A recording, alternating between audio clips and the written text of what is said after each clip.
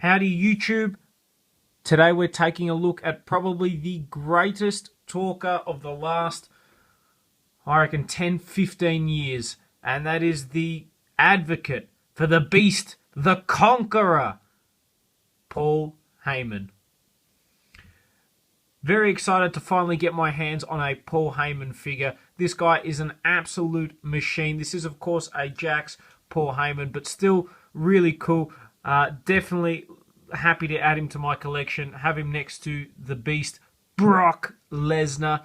I can't even imitate Paul Heyman. He's that good. Certainly, I think the last 2 years, the Paul Heyman promos have been absolutely incredible. You go back to just the coming up with things like Suplex City and just the emotive passion that he gives off when he talks is absolutely awesome.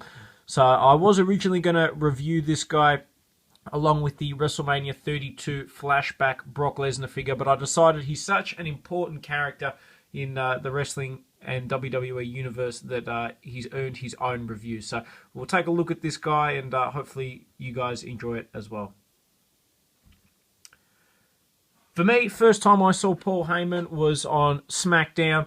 The first proper time I watched WWE was SmackDown. Brock Lesnar had stolen Stone Cold's ATV. There was a big rivalry there. Paul Heyman was, of course, the GM. He was a GM for a little bit while after WrestleMania 20 as well, and then ended up getting the boot. And then, obviously, I loved him when he came back with ECW. That was my favourite show.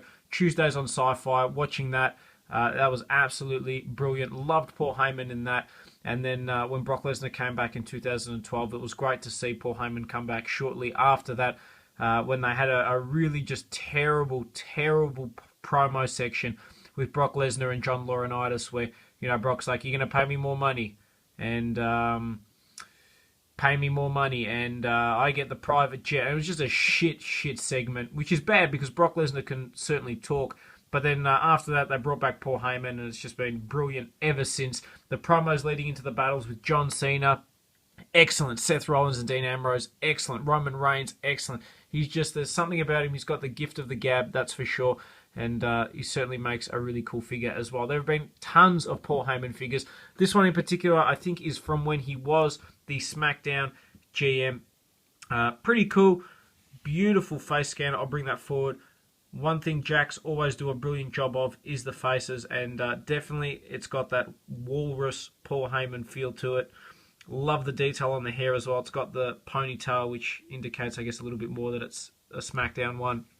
Love the suit as well, the pinstripe jacket. He does come with a hat, which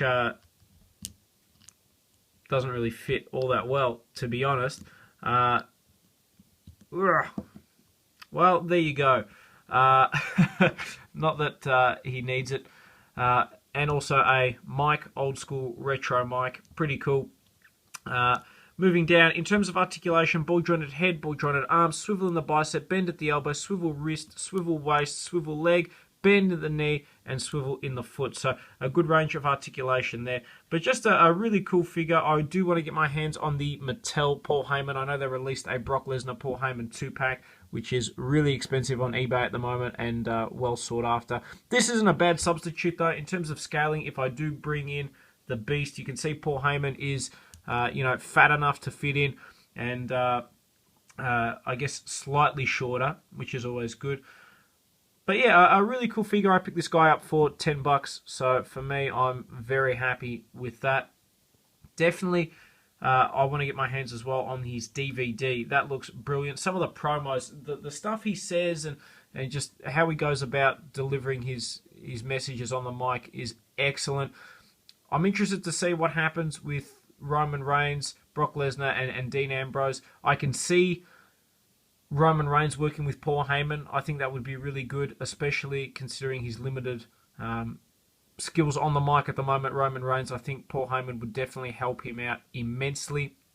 I mean, do they give him his own stable? I don't think so. I don't think Paul Heyman needs his own stable. I think he worked really well with CM Punk, really well with Brock Lesnar, obviously. I think Cesaro he would work quite well with as well. I think that's the only thing really holding Cesaro back, because it's not his in-ring ability, it is just his work on the mic. So maybe that's an option. They tried to go with it a couple years ago, but they didn't really see it through, and that was a bit of a shame. But yeah, just a real talent. Certainly, he doesn't need to wrestle, because his talking ability basically, I think, destroys a lot of what the wrestlers on the current roster do in the ring anyway. He's just a real talented performer. And I hope you guys have enjoyed this review on the Jakks, Paul Heyman.